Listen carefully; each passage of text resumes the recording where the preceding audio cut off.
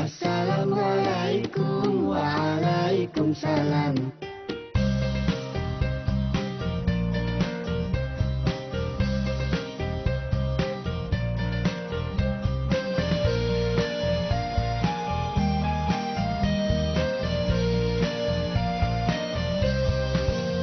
Assalamualaikum Waalaikumsalam. Assalamualaikum Waalaikumsalam.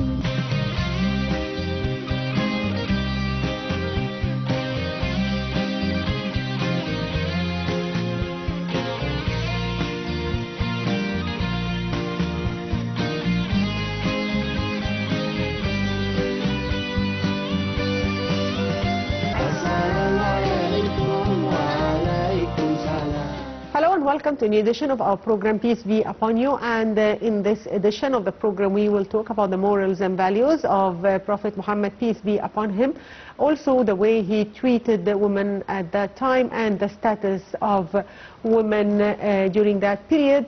And today we are joined by our dear guest Dr. Asma Zaini. She's an academic researcher at Al-Azhar. Good afternoon. Good afternoon.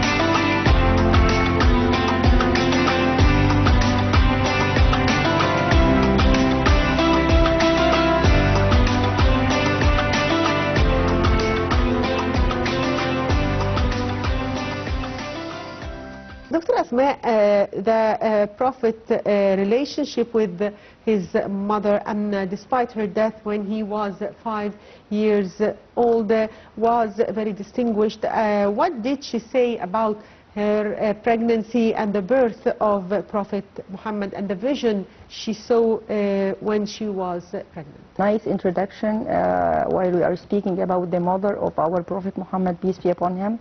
Her name is Amina bint Wahab, Lady Amina bint Wahab. She was from Quraysh, the biggest family in the Arabian Peninsula at that time. She was a very beautiful young lady. She got engaged to the Abdullah ibn Abdul Muttalib, the father of Prophet Muhammad, peace be upon him. And Abdullah is the son of Abdul Muttalib. Abdul Muttalib was one of the most rich people, the richest, utmost of Quraysh, the biggest tribe at that time. He got like 10 boys, and he saw a dream that he is slaughtering one of his sons. Yeah. Yes. And it was Abdullah chosen to slaughtering Abdullah, and he was chosen to be slaughtered as a sacrifice. It was common at that time of some people who believe in Allah that they may slaughter even member family to sacrifice for the sake of Allah. And Abdullah was beloved by each and every one of his tribe, so they advised Abdul Muttalib, his father, not to slaughter his son and make like a choice between him at first and 10 camels, that he is going to slaughter 10 camels instead of sacrificing his own son. And he kept doing this choice. The choice came on Abdullah again. He tried increase the number of camels from 10 to 20. The choice again came to Abdullah. He repeated the process of choosing which one to choose, the camels or Abdullah, until the number reached 100. Then he slaughtered the camels, 100 camels, as a sacrifice instead of slaughtering his own son Abdullah. For this reason, Abdullah ibn Abdul Muttalib, the father of our Prophet Muhammad, peace be upon him, became known as Al-Zabih. Al-Zabih means the one who is about to be slaughtered. Okay? So Amina bint Wahab was engaged as a very young lady to the very rich, handsome man, Abdullah ibn Abdul Muttalib. This marriage was so blessed. Yes. And they got married. Abdullah was working in trade for his father and his family. Once he got married to Amina and she became pregnant, he was traveling in a trade for his people. And while being outside of Mecca, he felt unwell. He felt sick. So everyone came back to Mecca and he stayed with his uncles. The brothers of his mom were near Medina. He stayed sick like 1 month and he died there. So our Prophet became an orphan even before he was born. Here comes the very important role that Lady Amina played in the life of our Prophet. She was telling about what happened during her pregnancy. She told us that she never felt any hardships or pain, which is very common for every pregnant woman. She said, فما وجدت ما تجد النساء. She never felt like pain or feeling sick, not willing to eat something or something like this. Yes. And before the night of the birth of our Prophet Muhammad, peace be upon him, she saw a very beautiful dream that a lightning was coming out of her, great light, to the degree that enlightened the palace around all Mecca until it reached what is known as Damascus, now known as Syria. You know, imagine how huge the light was. And they told his grandfather, Abdul Muttalib, about this very good dream, beautiful dream. He he expected that this newborn boy is going to be of a great status. And he asked her never to tell this very beautiful vision or dream to anyone else. The role of Lady Amina in his life became so important as his father died even before he was born. She was taking care of him, and sadly she died very early age of his life. She died at the age when he was about 5 or 6 years.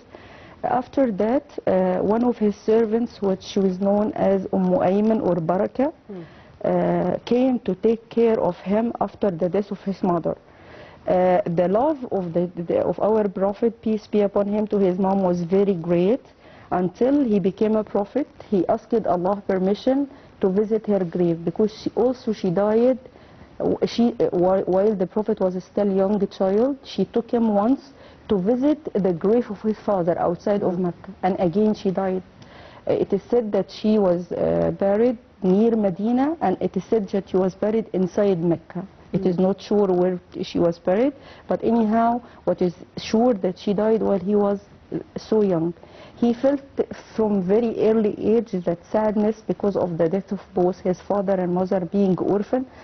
Despite his grandfather Abdul Muttalib was taking most care of him, and Ayman and other ladies we are going to mention after that, but the love to the mom is something that is so essential in his life to Lady Amina bint Wahb. Talking about Ayman, can you describe his relationship with her and how she took care of Prophet Muhammad, peace be upon him, after the death of his mother? Ayman is known as, her original name is Baraka, and she became after that known as nickname Ayman. She was the servant of Abdullah. She was a slave. She came from Abyssinia, from what is known as Ethiopia nowadays. She was a gift from Abdul Muttalib to his son Abdullah. When he got married to Amina, she became like the servant of the newly married couples first. And after that, when Abdullah died, she was taking care of Lady Amina while being pregnant. And she witnessed what Amina said about her pregnancy and the very good vision or dream she saw before the birth of Prophet Muhammad. She was connected to him even before being born. Yes. She was the one who told the good news of the birth of Prophet Muhammad to his grandfather. So he made her free for this very good news on the day of birth. And she was loving immensely our Prophet Muhammad, peace be upon him, and taking care of him. It was that when he became a prophet, that he chose her to get married to his very beloved Zayd ibn Haritha. She had a very great status in his life because she took very good care of him while being so young as orphan after the death of his mom and his father, and became one of the narrators of hadith. She was among the one of the ladies among Prophet Muhammad who narrated hadith. Yes. Can you tell us more about his relationship with the breastfeeding mother, Lady Halima Al-Sa'diyah, and his breastfeeding sister, also Al-Shayma? Yes, it was among the traditions of the Arabs at that time that they, once their children were born, they leave their moms. His mom would priest him like for very short time, and he's completely taken away from his mom to the desert, so that he grows up in a very healthy atmosphere. And it's said that breastfeeding a different milk other than your mom, it gives you connection to your mom while breastfeeding, but it makes you stronger. Arab believed in this. Yes. Once he's taken, besides he was taken outside of his family for another purpose. Usually the people of Quraysh chose Bani Sa'd. This is a very great tribe also, for the sake of their children learn the standard Arabic. Yes. Bani Sa'd were people of eloquency, speaking a very eloquent Arabic. So they sent their children to be breastfed among them for these two purposes: to be healthy enough and breastfeeding, and to learn Arabic language. Look how they were very keen on teaching their children so early age, and to learn a very The right Arabic. authentic Arabic. Yes. For this purpose, women from Bani Sa'd, this tribe, used to come to Mecca for this purpose. They choose children to take them home to breastfeed them. Yes. Of course, it is normal that each one breastfeeding would like to take a rich boy. His father is alive, that for the sake that his father is going to reward her with a big amount of money. Our Prophet at that time was an orphan. His father died. So all women of Bani Sa'd came and saw the child, but they didn't agree to take him. And even at the very beginning, Lady Halima Al-Sa'diyah saw him, but she was willing. She was so poor. She was willing that she take a very rich boy that for the sake of the money of his dad. But she didn't have any child. So she thought again, I'm going to take this orphan, just for the purpose not to go back without taking a child. And she told her husband this reason. And she was telling what happened once he got our Prophet to her chest. Once she held him in her hand, she felt like a new bliss. And she was telling her husband about this. And she is telling that once he got her breast to start breastfeeding, there was a big amount of milk coming out of the breast, to the degree that our Prophet Muhammad, peace be upon him, was full, and also his brother in breastfeeding was full also. And she went home. Her home was so humble. Her goats were so weak. She was telling about the blessing that came to the house once our Prophet entered the house. And she kept keeping him for years. He was, of course, each year going back to his family just to make sure that he is seeing that he is okay. She tells us about the time that our Prophet spent in her house, that she said he was growing immensely. One day is equal like a month. 1 month is equal to a year. That he was young age but grown, like adult. And she was afraid. She was keeping him away from all women, not to for the sake of envy. You know, moms are afraid on their children. She became like a true mom for him. And a very important incident that happened that made her take him back to his grandfather. You know that Allah subhanahu wa ta'ala was preparing the Prophet from the very early age to be a prophet. Yes. And this is one of the miracles that happened before being a prophet. That the angels came to him in the desert and they opened his chest and took something from inside. When the process of breastfeeding our Prophet Muhammad went back home, he told his mom, Halima Al-Sa'diyah, that he saw something so strange. He saw him.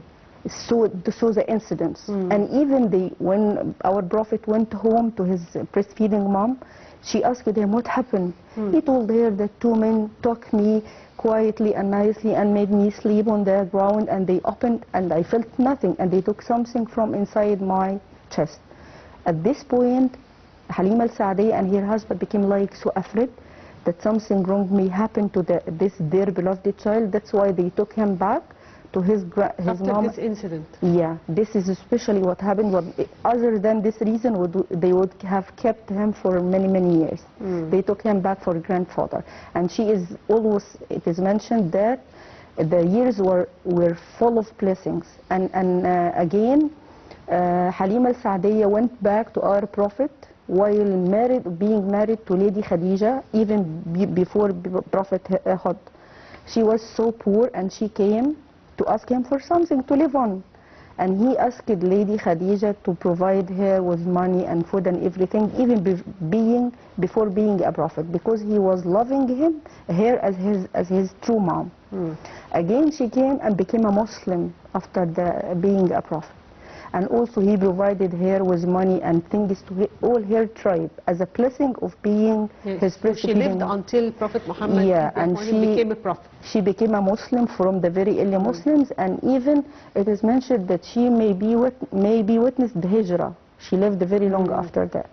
And his sister again, Al-Shayma, she was known as Al-Shayma, also witnessed him as being a prophet, and was so proud that her half-brother or brother of breastfeeding became the prophet of the whole nation. And she visited him more than once. So she is the daughter of Halima al-Sa'diyya. She's known as Al-Shayma. She has another name, but his nickname was Al-Shayma. And she visited Prophet Muhammad while being a prophet more than once.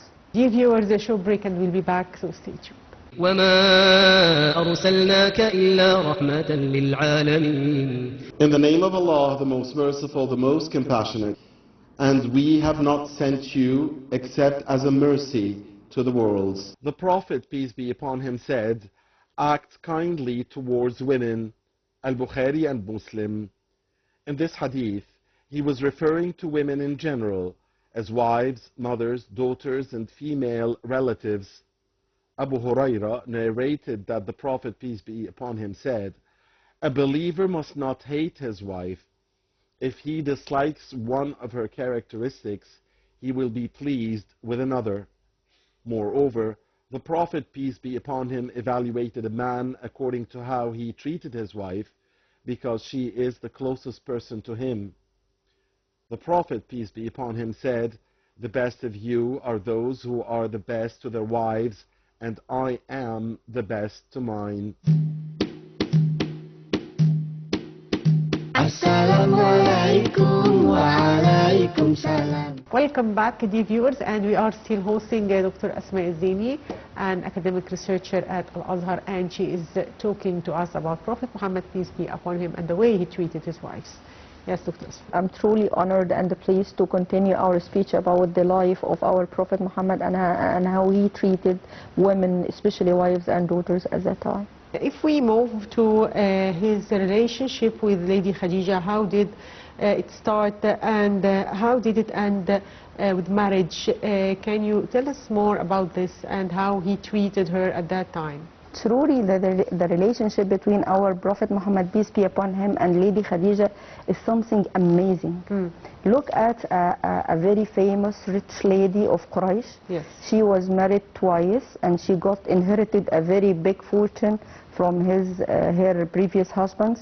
And she was she had like at that time a huge trade. She used it to hire people to trade for her. Was not normal that she by herself can manage all this huge trade.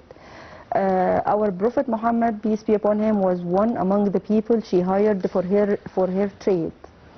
Once he went out trading for her, she sent her, of course she heard about his good manners and character before hiring him. But working with her was another experience. For the sake of knowing, is it true that he has a special character, special manners, she sent especially her servant, Maysara, a boy called a servant called Maysara. She sent him especially accompanying Prophet Muhammad in each movement he do, everywhere he goes, whatever he does. And Maysara was so honest while telling Lady Khadija about what happened while they were traveling. He told her a very strange incident, that he saw a cloud in the sky. moving with the Prophet. Whenever he moves, Yes. it She moves. was- Whenever he stands, was sheltering him. Yes, taking care of him out of the sun, against the sun. And this was so strange incidents. Lady Khadija started to think, he is going to be important in this nation. She didn't know for sure he is going to be a prophet, but she she felt expected. he is different. Yeah, and his very good manners, being honest with people, is what knows. It was not very common at that time that people tell the truth. They are traders, they may tell lies, they may cheat, something Yes. like this. That's why she started to consider, although she got like many marriage proposals from very rich, very famous men of Quraysh, but she started to consider that Prophet Muhammad, peace be upon him, going to marry her one day. And even she talked with one of her friends, her own friends, to ask Muhammad who is not getting married. And the lady was honest, and she went to Prophet Muhammad. This is how the relation changed from just being working together to that kind of very strong relation, marriage relation. The lady went to Muhammad, peace be upon him, and asked him, why you are not getting married? He told her, I'm not rich enough to get married. And she asked, if you are, it is not a burden, money was not an issue, for example, are you going to get married? And he said, yes. He asked her whom I should be marrying, and she told him the name of Lady Khadija. This was like a small indication that if you propose for her, she's going to accept. And yes, he went to his uncle and asked him to propose for Lady Khadija, and it became the very great marriage between him and Lady Khadija. Out of this marriage, all the children of our Prophet are from our sons and daughters of Lady Khadija, except for Ibrahim, who was a son of Maria, the Coptic Maria, Egyptian Coptic Maria.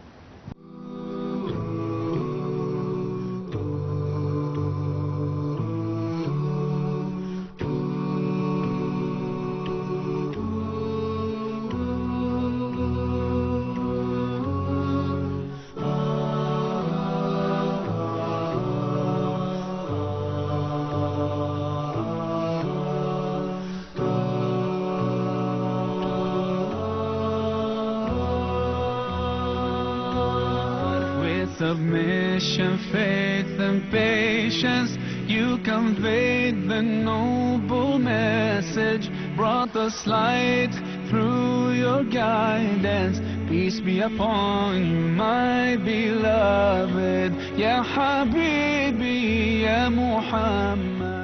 It's worth mentioning that Prophet Muhammad did not marry any other woman while Lady Khadija was alive, and when he got married after her death, he was trying to find another woman to take care of his kids. Can you tell us more about this? Lady Khadija was older in age, which is something so strange. It's not very common at all that a man accepts to marry a woman older than him. She got married before him twice. She had children from both marriages. He was poor, she was rich. He was still not, what we could say, having complete identity, like he's not a prophet at that time, not a big businessman. Yes. But he accepted the marriage because he knew that a character like Lady Khadija is someone who is going to appreciate these differences. And he was wise enough also, our Prophet, peace be upon him, to value her to a degree. As you said, despite these differences of marriage, the age and status and richness and everything, he never got married again. Yes. While being alive. She had children, and she was taking care of other children. In a narration, it was mentioned that she was bringing up at her home like more than 12 children. She took care of her own previous children from previous marriages, and our Prophet was taking care of his cousin Ali ibn Abi Talib. In addition to the 6 boys and girls they got together. The house was full of children, and Zayd ibn Haritha also was brought up in the house like one of the children. A very big house like this full of children, but still at that time our Prophet had a chance to do contemplation. You know that he used to go to Ghar Hira each year, leaving all the children and have the quietness. One of the hadiths came that Allah subhanahu wa ta'ala is rewarding Lady Khadija with a palace in paradise. built from jewelries and things like this. And they asked why especially a palace inside paradise, and it is described in details. Some scholars explain that this is a reward that she made the house, her own simple house in this dunya, like a place suitable for our Prophet to live his life quietly. In the hadith, قصر من قصب لا صخب فيه ولا نصب, without any noise. You know, the reward is like the kind of the same work she did. So this is a message to all women also. Yes, Try this to is keep homes as quiet as possible. And the relationship, this And is the a role relationship. model for each husband and wife. We still can have differences, but we still can live happily.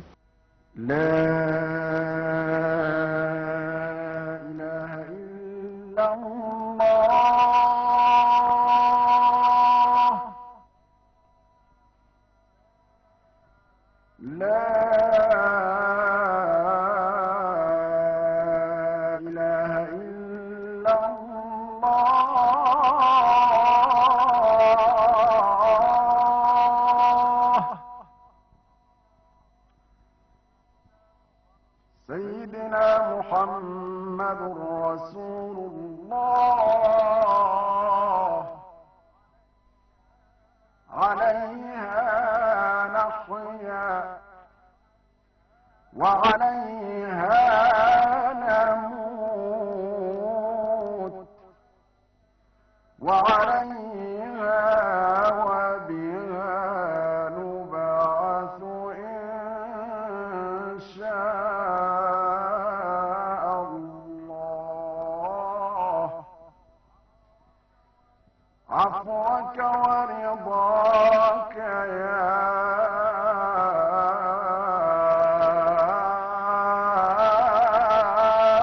رب. عفوك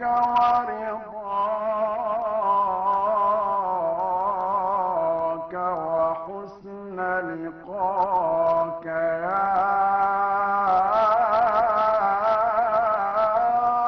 رب.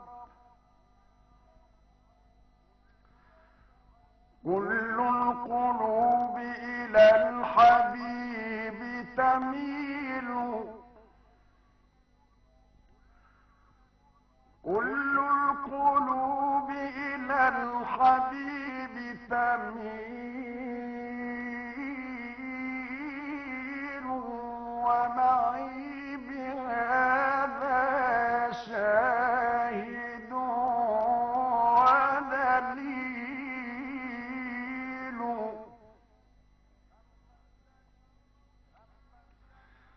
أما الدليل إذا ذكرت محمدا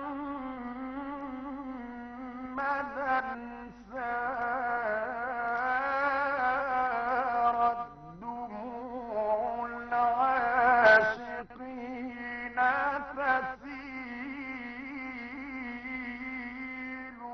Finally, I'd like to thank you, Dr. Asma Zaini, an academic researcher at Al-Azhar. Thank you, Asma, for being with us today. It's always a pleasure. By that, dear viewers, we come to the end of today's edition of our program, Peace Be Upon You. Thank you for watching. Until we meet you again, it's goodbye. Assalamualaikum waalaikumsalam.